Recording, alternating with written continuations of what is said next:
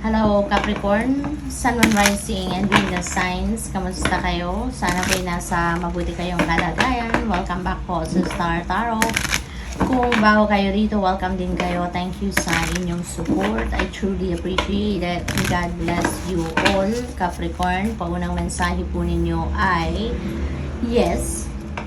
At ang yes na to, Capricorn, is this is negotiable yes, no? Pwedeng, kasi parang yung yes na to, parang hindi pa kayo masyadong sigurado, nag-yes lang kayo, pero parang at the back of your head, parang may mga reservations pa kayo, may mga pagdududa pa kayo sa desisyon ninyo, yung ganon. So, pwede ba itong mabago? This could be, maaring magkaroon kayo dito ng change of mind at baka mag-no kayo eventually, or pwede pa itong maging definite yes. Yung bang siguro, as the day go by, siguro nag-iisip-isip kayo, pinagmumuni-munihan ninyo yung nasabi na ninyong yes na to, ay maaaring mas ma-convince na kayo. No? So, either way, pwedeng mangyari for some of you. Okay?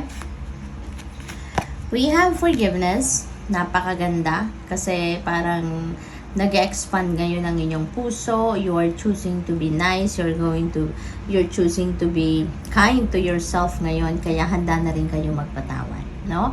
Kasi 'di ba yung pagpapatawad, hindi natin ginagawa yan para sa mga taong nakasakit ng ating damdamin, but we are forgiving because we are giving ourselves a favor na makapag-move on na tayo, no? Na matanggal na sa dibdib natin yung bigat, no?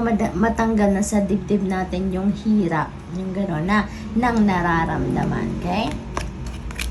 Listen to your intuition, no? Maaring you are seeking for advice from the divine at nagsisik siguro kayo ng guidance din, yung ganon. Kaya dapat pag naghihingi tayo ng mga ganon, nagpe-pray tayo ng mga ganon, kailangan inaano din natin ito, Capricorn, yung bang tawag dito, kailangang gagawin din natin yung part natin, 'di ba? Na kailangang pakinggan natin yung intuition natin, because normally sa intuition dumadaan yung mga divine guidance para sa atin, yung sagot sa mga katanungan natin, no? Yung mga ganoon. Kaya it is extremely important for you to listen to your intuition at this time, okay? We have romance. Ayan, so maybe ang iba sa inyo dito merong siguro pag-uusap, no, regarding leveling up ng inyong relationship, no, with someone. Maaaring ngayon merong marriage, merong kasalan, engagement siguro na magaganap, or mga may pag-uusap regarding those things. Maaari din, Capricorn, na kung single pa kayo, baka ngayon mamimit nyo na yung inyong person, yung potential ninyo maging person ninyo, potential ninyo maging jowa, mga ganon, no? We have recovery. Ayan, so dito sa recovery stage na to, Capricorn, maaring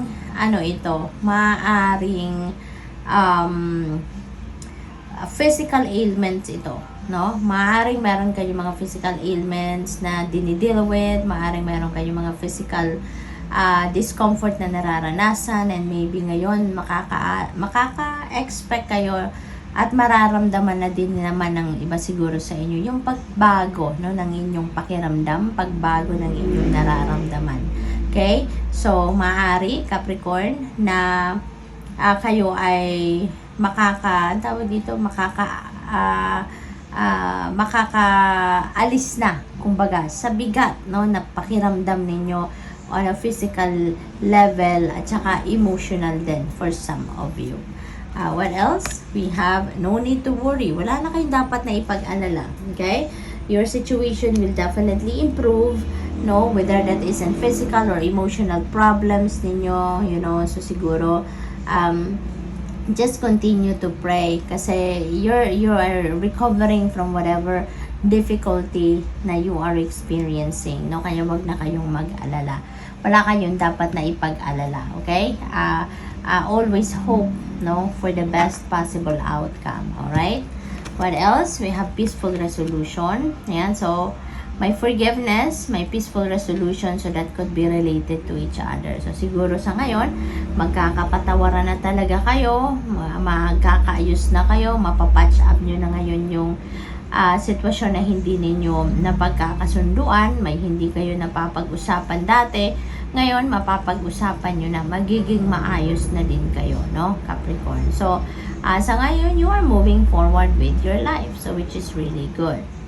What else? We have, get more information, okay?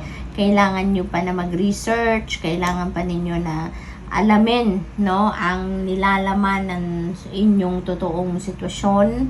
Maaari din na decision making ito, no, na siguro kailangan pa ninyong mag-research pa, kailangan pa ninyo na dagdagan pa ang inyong kaalaman about that basehan, no, ng inyong pagdedesisyon para hindi kayo magsisi or wala kayong, alam mo yun, in the end, hindi kayo magsabi sa sarili ninyo na sana pala, diba? Hindi kayo magkaroon ng mga what if, diba? So, ganon. So, good luck. Thank you for watching. Love and light. Namaste.